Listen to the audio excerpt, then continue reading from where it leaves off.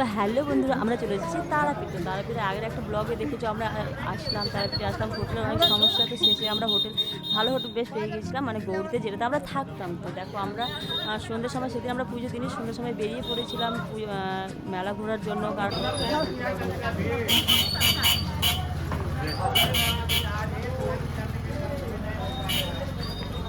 আমাদের দিদি যাচ্ছে নাই চালাচ্ছে, দিদি 28 বছরের মেয়েটা।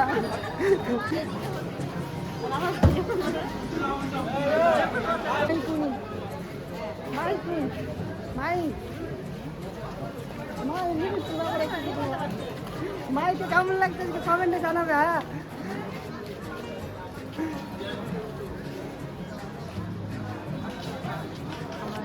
একদম যাওয়া হয়নি, সেই আশাটা নিয়ে এসেছি। তো সেটা কি হচ্ছে শেষ পর্যন্ত আমি মায়ের কাছে যেতে পারছি কিনা, সেটাই নিয়ে একটা ব্লগ। তো এই একটা মায়ের তারা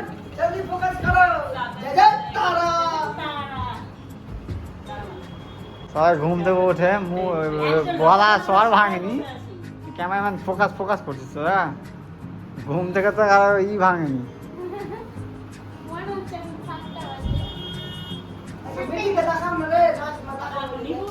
তারাপীঠ মায়ের কাছে প্রচুর ভালো লাগবে, প্রচুর মজা হবে।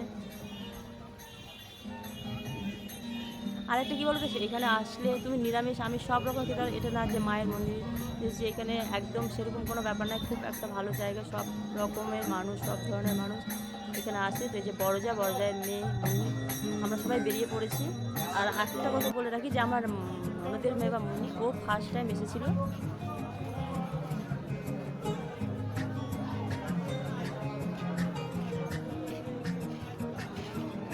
আর তারাপীঠে আমার একটা জিনিস খুব ভালো লাগে যে পুরোহিতরা বা এদের কোনো সময় কোনো দাবি বা চাওয়া পাওয়া বেশি থাকে, যেটাতে সেটাতে খুশি হয়ে যায়। তো খুব ভালো লাগে এটা।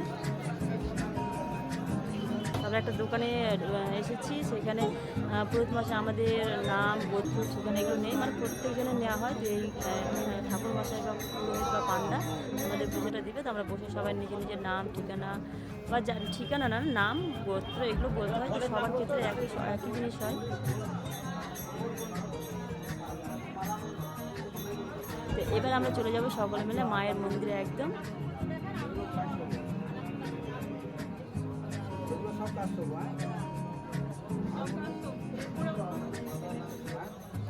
আর আমরা দেখো একদম ডালাটা সাজিয়ে নিয়েছি, এটাকে আমরা ডালা বা বলা হয়। তো যাই সবার জিনিস একসাথে নেওয়া হয়েছে। আমাদেরকে পুরো তোমার বারবার বলছে তো কত টাকা লাইনে। এখানে একটা ব্যাপার যেটা খুব খারাপ লাগে, যে কিছু টাকা বা দিয়ে লাইনে দাঁড়ানো হয়, এসব ব্যাপারটা না প্রচুর বাজে লাগে। আর একটা কথা কী বলতো, যারা হয়তো মায়ের কাছে যেতে চায়, সেটা একটা কী বলতো, যে শনিবার পুজো দেওয়ার জন্য আসবে না, কারণ প্রচণ্ড পরিমাণে ভিড়, প্রচণ্ড পরিমাণে। আর এইবার আমি ফার্স্ট টাইম কী বলো তো, ফার্স্ট টাইম দেখলাম যেটা এতটা ভিড়, যেটা সত্যি প্রচুর কঠিন ব্যাপার মায়ের কাছে, যেন ভাগ্যে না থাকলে হয়তো হয় না। আমি ঠাকুরমশাই বারবার আমাদের জিজ্ঞেস করছে যে তোমরা পুজো দিবে বাইরে থেকে। আমি বললাম না, আমার একদম মায়ের কাছে যাওয়ার ইচ্ছা আছে। তো আমাদের ঠাকুরমশাই আমাদের লাইনে নিয়ে যেয়ে দেখালো যে এই লাইনের ব্যাপারগুলো এই রকম। তো দেখো প্রচণ্ড ভিড়, মানুষের পা রাখারও জায়গা হচ্ছিল না। তো সেইখানে গিয়ে আমাদেরকে দেখালো। আমি একজনকে লাইনে যারা ছিল তাদের আমি একদিন জিজ্ঞেস করলাম তোমরা কখন থেকে আছো। তো ওরা বললো আমাদের আমরা 3টে থেকে আছি, কেউ বললো 3টে থেকে এসে আমরা 9টার সময় গেছি। কিন্তু ওরা অনেকটাই দূরে ছিল, আর আমরা যেহেতু 8 জন ছিলাম, তো সবাইকে লাইনে আমরা 2জন দাঁড়ানোর ইচ্ছে ছিল। তো এটা অসম্ভব ব্যাপার একটা। তো আমি লাইনে না দাঁড়িয়ে আমাদের শেষ মুহূর্তে, আমার সত্যি কথা বলতে মায়ের কাছে একদম যাওয়া হয়েছে, মনে হচ্ছে এটা আমার পুরো। তো আমরা বাইরে, এই যে দেখো কী অবস্থা, এটা হচ্ছে একদম মায়ের সামনে দাঁড়িয়ে পুজো দেওয়া। আর লাইন তো মানে কিছু বলার নেই, মানে সত্যি কথা বলতে কিছুই বলার নেই। আর আমাদের আবার পরের দিনের ব্যাপার, তো আমাদের আবার ট্রেন আসার ব্যাপার আছে। এরকম একটা আমার বড় যা একদম একটা কাছের মধ্যে উঠে গিয়েছে। তো আমরা বাইরে থেকে পুজো দিলাম, মনটা একটু হলো অনেকটাই খারাপ ছিল, কি মায়ের কাছে যেতে পারলাম না। তো যাই হোক, বাইরে থেকে পুজো দিলাম আমরা সবাই। আর বাচ্চা লাইনে দাঁড়িয়েও আমাদের পুরোহিত মশাই একটা ব্যাপার বলেছিল যে তোমরা যদি লাইনে দাঁড়াতে চাও 2টা থেকে 2:30টার সময় আসো। আর এইখানে না আমার ননদের মেয়ে হারিয়ে গিয়েছিলো, মানে মুন্নি, ও না পুজো দেওয়ার কিছুক্ষণ পর, তো এটা পরে আসছি। তো যাই হোক আমরা পুজো দিলাম, ভালো লাগলো এই পুরোহিত মশাইয়ের বা পান্ডার পুজোটা দেওয়া আমাদের সত্যি অনেকটা, মানে আমরা মায়ের কাছে না যেতে খুব ভালো করে ঠাকুর মশাই অনেক রকমভাবে পুজো দেওয়া দিয়েছিল, খুব ভালো লেগেছিলো। যাই হোক এবার আমাদের বললো যে তোমরা 2:30টার সময় চলে আসবে, তাহলে লাইনটা একটু হয়তো ফাঁকা হবে। এই একটা আশা নিয়ে আমরা আবার হোটেলে ফিরে গেলাম। আর আমাদের এখানে আর যেটা খাওয়ার ব্যাপার বলি, যে তুমি যদি নিরামিষ করো, নিরামিষ হোটেল আমিও সব রকম আছে, তো আমরা সেদিন নিরামিষই খেয়েছিলাম। তো আমাদের যেটা হয়েছিল কি, আমরা মানে সবজি কিনে এক জায়গাতে রান্না করে জন্য দিয়েছিলাম। এই দেখো এই ব্যাপারগুলো পরে আসছি, তো সেটা দেখো এতটা ভিড় যে মনে বোঝানো নেই। যাই হোক এই যেগুলো অনেক সময় মানুষের মনে আশা পূরণের যোগ্য, যে যেমন পারে যা সামর্থ্য মতো পুজো দেওয়া হয় আলাদা করে, তো সেটা যে কেউ দিতে পারে। তো আমার এখন হয়তো আমার টাইম হয়নি, ঠিক আমিও দেবো একদিন। তো যাই হোক যতটা আমার সামর্থ্য, যতটা ইচ্ছে ততটা আমি করেছি, কিন্তু আমার ইচ্ছেটা এবার পূরণ হলো না, জানি না কবে হবে। আর সামনে একটা পুকুর, এই পুকুরে অনেক গল্প আছে, অনেক ইতিহাস আছে, যেটা একদিনে হয়তো বলা সম্ভব হবে, অবশ্যই বলবো একদিন। তারপর মায়ের কাছে ওই ধূপকাঠি যেটা একটা পুকুরের কাছে জ্বালানো হয়, সেটার জন্য আমরা গিয়েছিলাম সেখানে। এই পুকুরের এইখানে একটা সামনে একটা পুকুর তোমাদের হয়তো সামান্য পরিমাণে দেখতে পেলে। এই পুকুরে নাকি কিছু বাচ্চা বা ছেলে ডুবে গিয়েছিল, তারা কিছুদিন পর আবার জ্যান্ত এসেছিলো, অনেক কাহিনি, অনেক আমরা শ্মশানেও গিয়েছিলাম আগের দিন, তো সেখানে অনেক কিছু শুনেছি, যেগুলো শুনলে হয়তো গা ছমছম করে ওঠে। তো যাই হোক আমরা সবাই ঘুরছিলাম, ভালো লাগছিলো। আর অনেক গল্প, অনেক কিছু বলার, তো এইখানে এভাবে বলা সম্ভব না। তারাপীঠে আসলে যারা আসবে অবশ্যই নিজের কাছে জেনে নেবে। তো যাই হোক এইভাবে সবাই আমরা পুজো দিলাম। শেষে মনটা আমার সত্যিই খারাপ, যেটার জন্য আসলাম হঠাৎ করে সেটা হলো না। কিন্তু আমি জানি না, সত্যি কথা বলতে, যে শ্রাবণ মাসে আর শনিবার এত পরিমাণগুলো, প্রথমে তো কিছু হোটেল একদম পুরো ভর্তি। যাই হোক তো এবার আমরা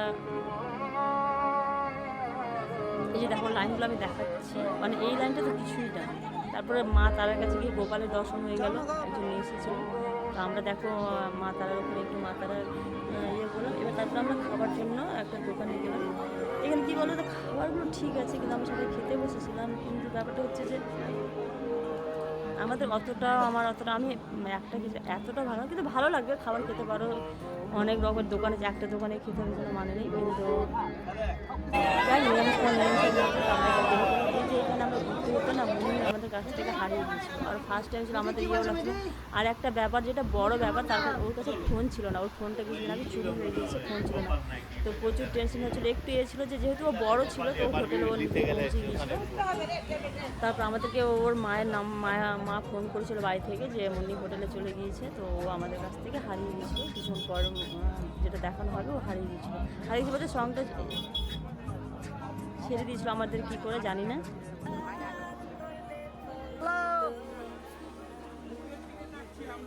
আমরা রাত্রেও শ্মশানে গেছিলাম, সেটা শ্মশানে কিছু ভিডিও করা হয়নি। আর আমরা দিনের বেলাও শ্মশান যাব, সেটা তোমাদের সাথে শেয়ার করি। শ্মশানের একটা জিনিস, কোনো ইয়ে নেই, ইলেকট্রিক সাথে যুক্ত নেই। এখানে মোমবাতি বা প্রদীপ এরকম টাইপের কিছু হয়। যারা তারাপীঠে সেটা অবশ্যই জানো।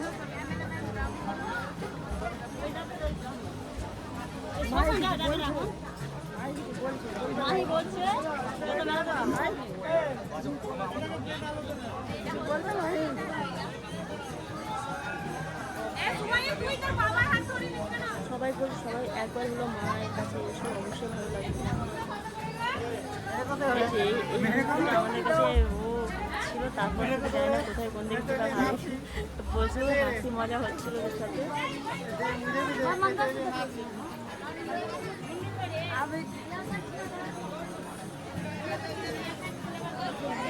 গেল হচ্ছে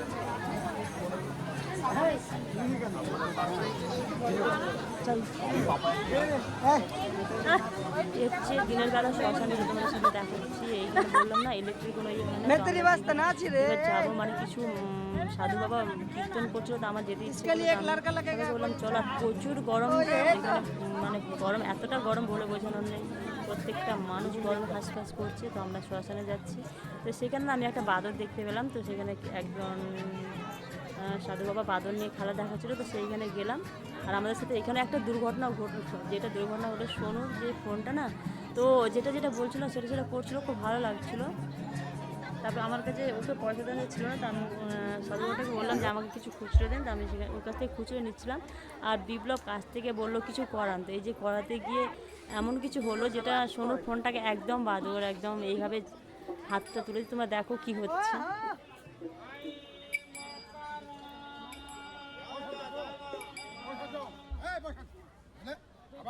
এই হলো একটা দুর্ঘটনা যেটা আমার সাথে হয়েছে। এটা একটা আমি বলতে জানি আইফোন বেশ জোরে পড়েছিল, বাট এগুলো অতটাও ক্ষতি হয়নি, কিছু হয়নি এমনিতে।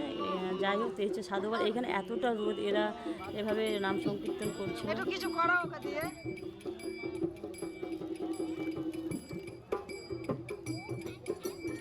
তো জয় মা তারা, জয় জয় তারা, এইভাবে প্রচুর চিৎকার আসছিল, খুব ভালো লাগছিল। তো তোমরা অবশ্যই একবার হলে অবশ্যই তারাপীঠ এসো, তারাপীঠে অনেক মাহাত্ম্য, অনেক কিছু যেটা আমি হয়তো অনেক কিছু জানি না, আর অনেক কিছু শোনা হয়েছিল। তোমরা অবশ্যই এসে জানো এখানে মা তারার যেটা অনেক গল্প শুনলাম, অনেক কিছু জানা ছিল যেটা আমি জানতাম না, সেটা শুনে প্রথমত কিছু কিছু ঘটনা বিশ্বাস করা যায় না, কিন্তু এগুলো সত্যি হয়েছিল। তো বলেছিলাম না যে আমি কিছু খুচরো পয়সা নিলাম আর আমাদের ভাতের জন্য দিলাম। তো এবার দেখো আমাদের পরদিন দুপুরে এগুলো দৃশ্য, মানে সবাই এতটা ক্লান্ত যে আগের দিন আমরা 3টা অবধি জেগেছিলাম, অনেক কিছু ভিডিও শর্টস করা হয়েছিল। তো এবার আমরা বেরোনোর পথে মাহাত্ম প্রচুর মন খারাপ, শুনে না ওর মুখেই কথা হলো।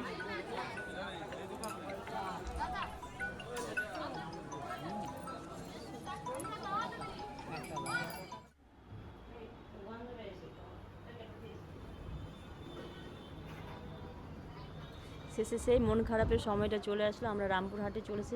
সত্যি কথা বলতে যখন আমরা রামপুরহাটে নামি না, মা তারার কাছে যাওয়ার জন্য একটা বাড়ি আলাদা যাওয়ার সময় চলে এসেছে।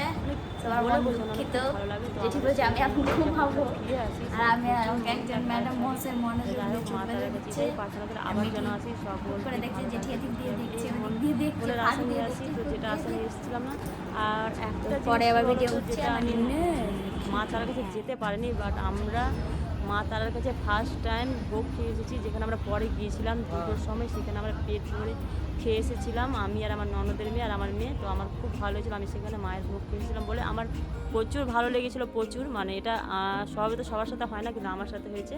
একটু হলো হ্যাপি, মার কাছে না যেতে পারলো। তো যাই হোক, মা ভালো থেকো, সকলকে